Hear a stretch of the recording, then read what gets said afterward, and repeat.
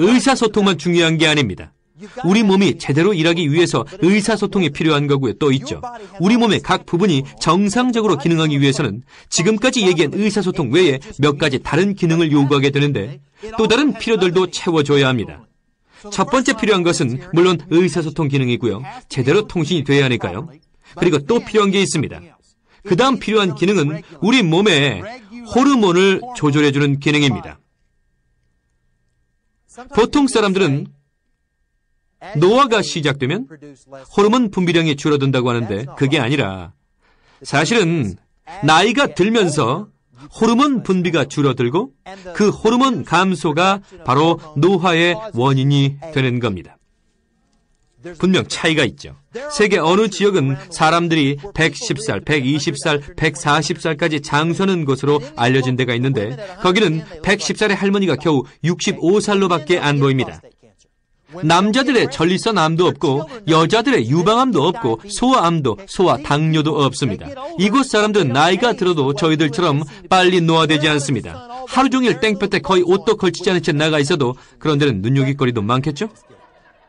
그들은 피부암에 걸리지 않습니다. 잘 들어보세요. 그들의 식생활을 면밀히 조사해봤더니 그들은 평균적으로 50에서 80mg 정도의 식물 유래 호르몬을 매일같이 섭취하고 있는 것으로 나타났습니다. 식물 유래 호르몬이 뭔지 아십니까? 과일 혹은 야채가 밭에서 숙성될 즈음에 얻어지는 것인데 우리 식단엔 거의 없습니다. 이 영양소는 씨앗이 발아할 때 생겨서 씨앗을 보호해주고 식물이 건강하게 자라게 합니다. 여러분 중에 토마토를 직접 밭에서 길러 드시는 분 계십니까? 대부분은 가게나 식당에서 사 먹죠. 그 둘은 성분이 전혀 다릅니다. 밭에 가셔서 막 빨갛게 변하기 시작하는 토마토를 2개 골라서 하나는 따서 창가에 둬보시고요.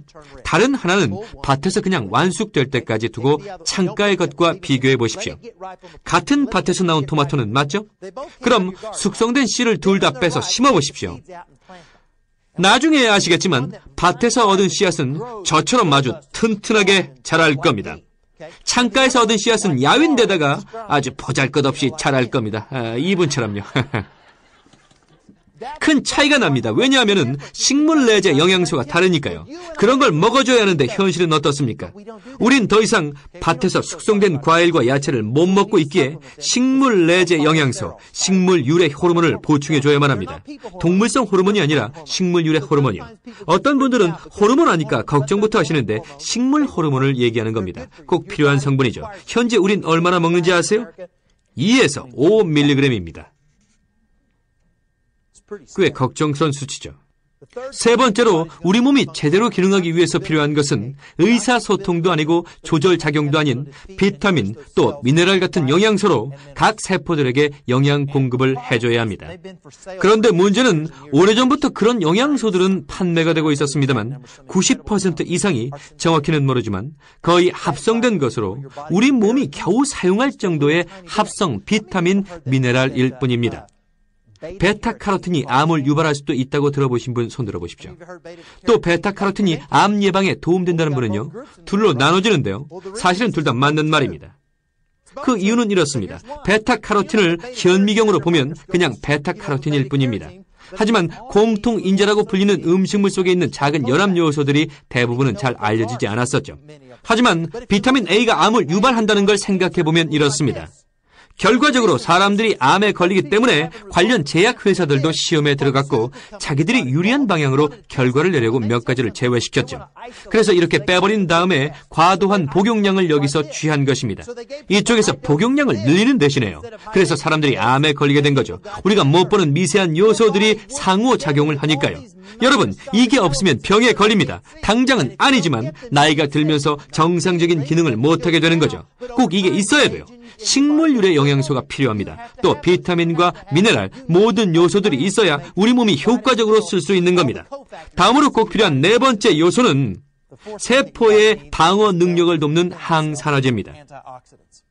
우리 몸의 모든 세포에는 공장들이 있는데 어떤 건 에너지를 생산해내고 어떤 건 인슐린을 생산하고 또 다른 건 탄수화물 가지로 연결된 단백질 줄기를 생성해냅니다. 모든 공장에서는 부산물과 쓰레기가 생겨서 노화를 촉진하는 활성산소를 몸 안에 축적해 놓고 있습니다. 먹는 음식에서 항산화제를 얻어야 하는데 우리의 먹거리는 예전과 많이 달라졌습니다. 기껏 먹는다는 게 1,000원짜리 햄버거 먹고 심장마비나 걸리죠. 제대로 된 음식을 못 먹어서 영양이 결핍됐어요. 항산화제가 필요합니다. 조금 전에 얘기했던 현대사회의 모든 독소들은 이미 통제 불능 상태로 우린 더 많은 항산화제가 필요합니다. 옛날 에덴 동산에 살 땐 이런 독소들도 없었고 필요한 영양분들은 다 있었죠. 하지만 이제 저희는 달라진 환경에서 살아야 합니다. 적절한 대응을 하지 않는다면 더 빨리 늙고 더 빨리 죽고 더 오래 질병으로 고통받게 될 겁니다.